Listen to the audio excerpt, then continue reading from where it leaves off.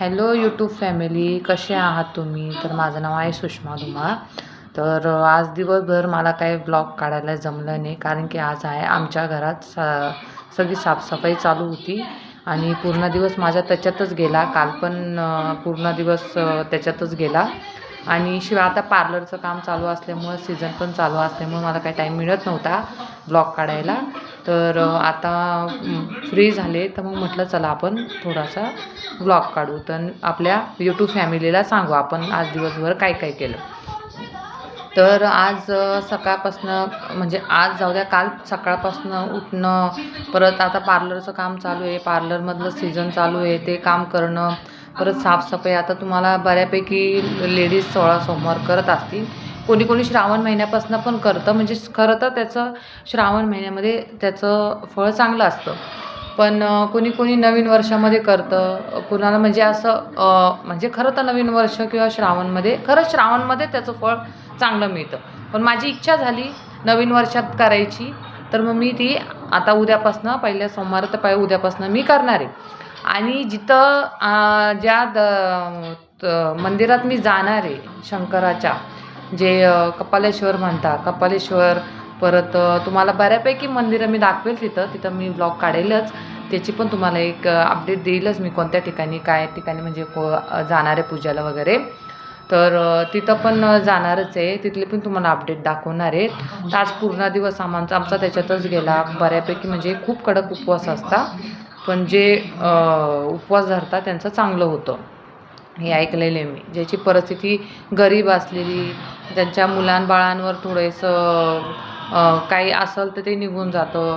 परत थोडा नवरा किंवा नवरा बायकोमध्ये सगळ्यांमध्ये सगळं चांगलं होतं, म्हणजे सगळ्यापैकी सगळ्या गोष्टी चांगल्या होत्या. स्वतःवर पण काहीतरी चांगलं म्हणजे काय राग वगैरे असेल किंवा काय असेल तर ते शांततेत होऊन जातं. बऱ्यापैकी चांगला हा उपवास आहे 16 सोमवारचे. तर आता मी उद्यापासून, आता चैत्राचा महिना लागलेला आहे, गुढीपाडवाचा, जो आपला मराठ्या लोकांचा सण आहे. जे मराठी लोक आपण, म्हणजे मराठीने बऱ्यापैकी लोक सगळेच करतात, मी सगळ्यांचंच बोलते आहे. आपलं मराठी नुसतं त्यांचंच नाही बोलत आहे, मराठी सण म्हणजे हा सगळेच करतात. छत्रपती शिवाजी महाराजांचे आपण, त्याच्यामुळं सगळेच हा मराठी सण करतात. तर त्या वर्षापासून मी हा सुरुवात करत आहे. तर हा पहिला सोमवार आहे. 19 तारखेला पाडवा होता. पाडव्यानंतर आम्ही बऱ्यापैकी, म्हणजे मी आधी पण थोडीफार चालू होती सफाई, त्याच्यानंतर पण सफाई चालूच होती. तर आता काय आज उरकली, तर म्हणलं आज आपण ब्लॉग काढू. तर आज पूर्ण झालेलं आहे. तर उद्या लवकर उठून, म्हणजे माझ्या हिशोबाने सांगते मी, उद्या लवकर उठून आवरून सावरून मग मी तुम्हाला जेव्हा तिथे मंदिरात जाईल दर्शनाला वगैरे, तर तिथं तुम्हाला अपडेट देईल का तिथं कसं दर्शन असतं, काय असतं तिथं, म्हणजे तुम्हाला ते मंदिरातलं पण देवस्थान आहे ते पण दाखवेल. आणि कसं पूजा वगैरे कशी असते ते तर पूर्ण मी अपडेट नाही देऊ शकत तुम्हाला, कारण की याच्यामध्ये कसं असतं, निराकार उपवास असतो. निराकार उपवास असल्यामुळं आपण आपल्या त्या पूजेमध्येच लक्ष असतं, तर ब्लॉग काढायचा काही टाईम मिळत नाही. पण जेवढं माझ्याकडनं होईल तेवढे मी अपडेट तुम्हाला देतच राहीन. बऱ्यापैकी मी म्हणजे चांगलीच अपडेट देईन तुम्हाला, की कोणत्या ठिकाणी आम्ही पूजा वगैरे करणार आहे, कोणत्या ठिकाणी आमची पूजा राहणार आहे. आणि आता वाजले रात्रीचे 9. तर मग आत्तापर्यंत पूर्ण काम संपून झाल्यानंतर मी तुम्हाला एक तो व्हिडिओ व्लॉग काढते, त्याच्यामुळे म्हटलं यांना माहिती सांगून देऊ.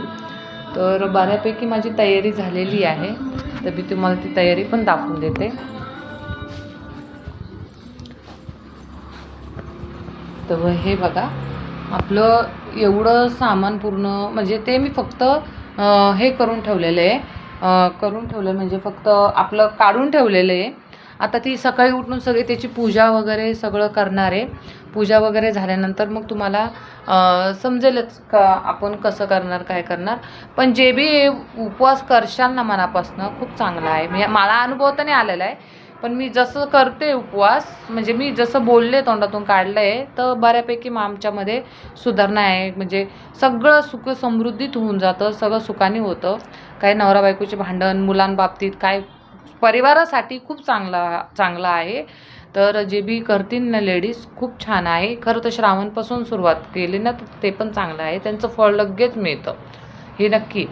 आणि उद्या जर झालं तर मी तुम्हाला ते अपडेट देईलच. बाकी माझी तयारी वगैरे झाली, म्हणजे मी साडी वगैरे घेतली, व्हाईट कलरची साडी त्याला लागती पूर्णपणे. जेवढं व्हाईट शुभ्र घालशाल तेवढं ते चांगलं असतं. तर माझी शॉपिंग पण झालेली बऱ्यापैकी. तुम्हाला दाखवते माझी साडी आहे बघा. कमेंट करून जे बी लेडीज असतील त्यांनी कमेंट करून सांगा का कशी छान साडी आहे. बॉर्डर बघा किती मस्त आहे त्याची.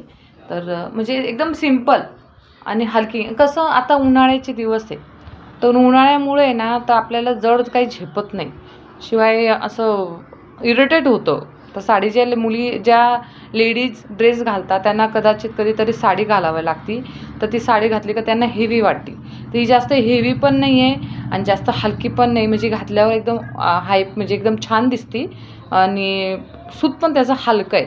तर मग त्याच्यामुळं ही साडी आम्ही म्हणजे घेतलेली आहे. ही आता उद्यापासून 16 सोमवारचा जो उपवास आहे त्याच्यासाठी ही साडी घेतलेली आहे. तर बाकीचा व्लॉग मी उद्या टाकेलच.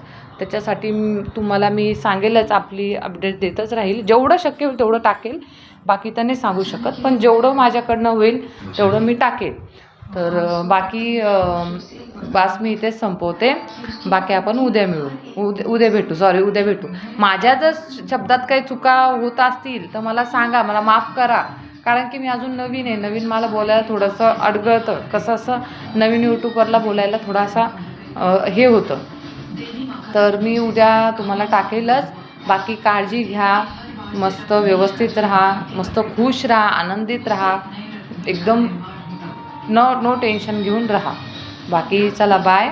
उद्या मी टाकेलच ब्लॉग. आपलं छोटे छोटे मी अपडेट तुम्हाला देत राहील. Okay bye.